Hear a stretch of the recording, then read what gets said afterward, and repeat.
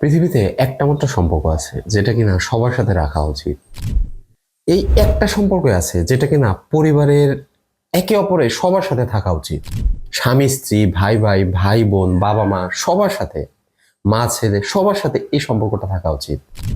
আমাদের শরীরে যেমন ভিটামিন, মিনারেল, আয়রন, ক্যালসিয়াম এই সমস্ত গুরুত্বপূর্ণ উপাদান প্রয়োজন হয় নিত্যদিন, ঠিক এই সম্পর্কটাও এরকম উপাদানের মতোই কাজ করে প্রত্যেকটা সম্পর্কের ক্ষেত্রে।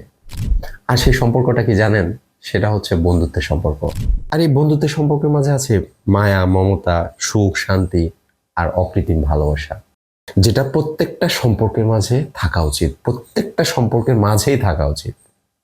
কারণ এটা খুবই গুরুত্বপূর্ণ।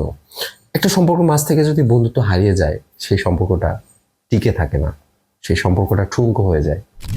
কথাগুলো ভালো লাগলে লাইক করে পরিবারের সবার সাথে শেয়ার করতে পারেন।